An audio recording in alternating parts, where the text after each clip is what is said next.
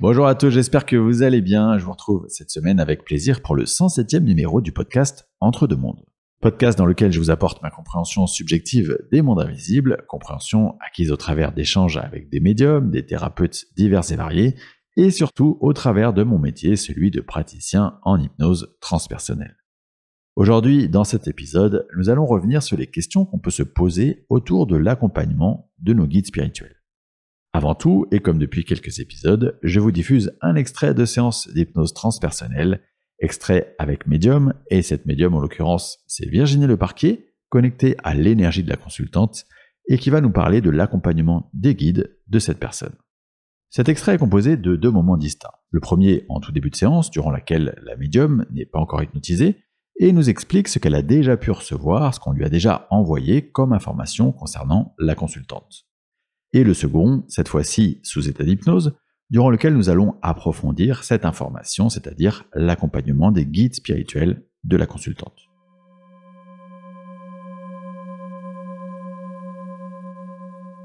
Le guide s'est présenté.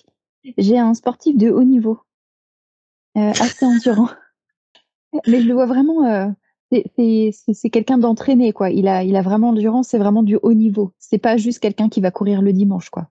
Il y a une espèce de coaching, en fait, derrière ça.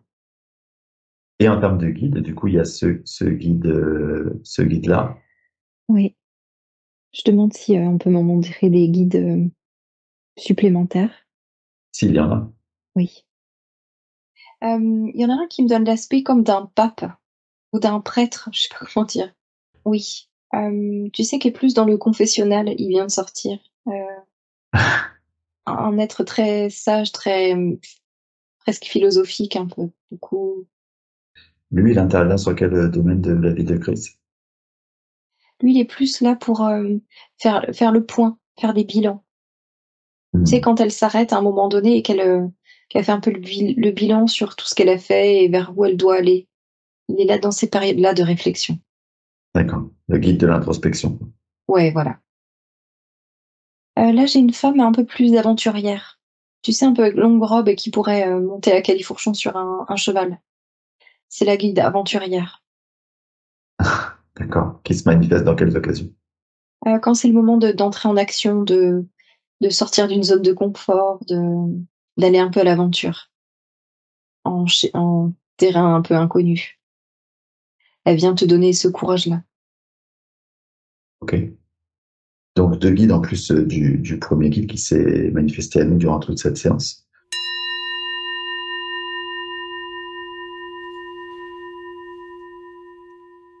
Dans cet extrait, vous avez compris que cette consultante, elle est accompagnée dans sa vie par 3 guides spirituels. Chacun de ces guides ayant une sorte de domaine d'expertise et donc d'accompagnement dédié pour cette personne. Eh bien, j'ai souhaité vous diffuser cet extrait parce que il y a beaucoup d'avis, et souvent d'avis assez tranchés d'ailleurs, par rapport à l'accompagnement de nos guides spirituels. Certains médiums vont parler d'un guide qui vous suit toute la vie, d'autres vont vous dire que des guides se succèdent tout au long des étapes de ce que vous avez à vivre, d'autres qu'il y aura des guides ponctuels selon vos besoins du moment, et des guides qui sont là, eux, de A à Z, d'autres encore qui vous diront qu'un guide accompagne une personne sur de multiples incarnations différentes, quand certains pourront même vous dire que le guide n'est autre que l'émanation de votre conscience supérieure, c'est-à-dire la partie de vous qui est toujours connectée au plan divin. Donc, en résumé, énormément de croyances diverses et variées, et par conséquent, beaucoup de confusion. En réalité, je vais vous annoncer un scoop. Ils ont tous raison et tous tort à la fois. Ça nous fait une belle jambe.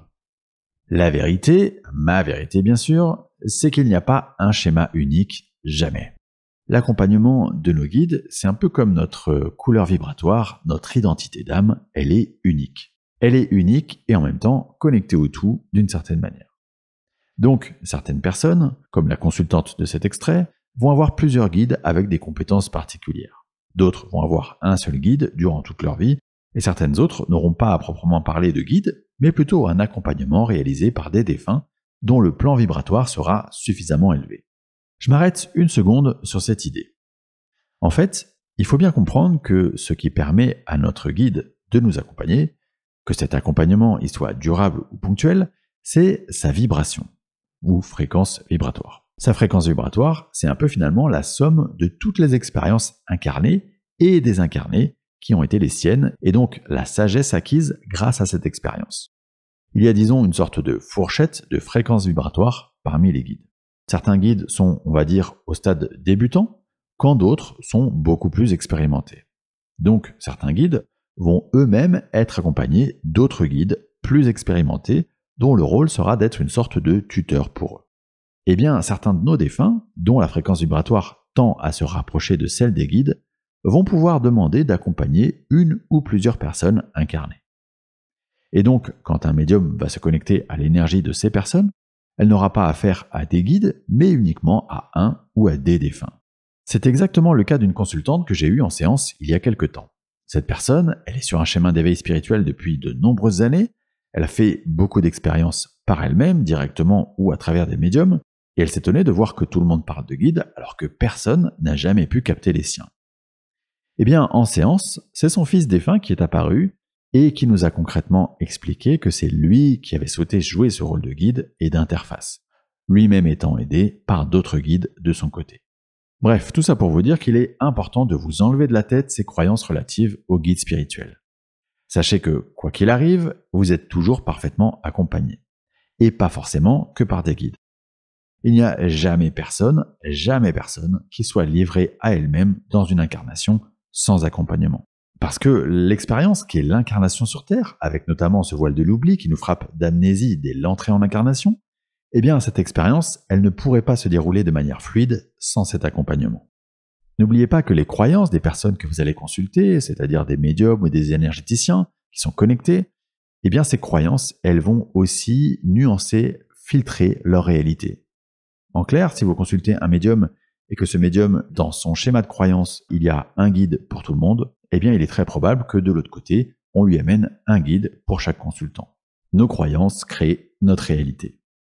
Pour terminer cet épisode, j'ai souhaité, comme à mon habitude désormais, vous transmettre le partage d'une médium quant à cette question. Cette médium, vous la connaissez peut-être déjà, elle s'appelle Fanny et elle est intervenue plusieurs fois dans ce podcast. Un grand merci à elle et un grand merci à vous, comme d'habitude. Je vous rappelle que si vous souhaitez soutenir ce podcast, vous pouvez le faire via le lien Tipeee indiqué dans le détail de l'épisode. Quant à moi, je vous dis à très vite pour le prochain numéro du podcast qui parlera du témoignage d'un enfant qui aurait pu s'incarner.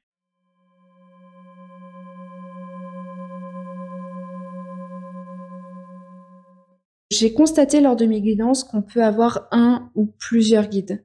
Le plus que j'ai vu, c'était 3. Généralement, les gens ont un guide, voire 2. On a un guide principal et un guide secondaire. Donc le guide principal, de ce que j'ai pu constater, souvent c'est celui qui va agir sur les missions les plus importantes de notre vie, sur des conseils ou des énergies dans du pratico-pratique. C'est vraiment celui qui va nous accompagner pour évoluer sur cette vie terrestre. Le guide secondaire, souvent, j'ai constaté que c'était plus sur le domaine artistique, émotionnel. C'est moins pratico-pratique, entre guillemets. En tout cas, moi, c'est comme ça que je le ressens. En ce qui me concerne, j'avais 2 guides et actuellement, j'en ai plus qu'un. Donc, j'ai mon guide principal qui me suit depuis, presque 10 ans maintenant. Mais j'ai changé de guide. Selon moi, on peut changer de guide tout au long de notre vie, selon les étapes qu'on a passées ou non. Donc c'est vraiment quelqu'un qui va nous accompagner sur un domaine bien précis, sur des missions bien précises.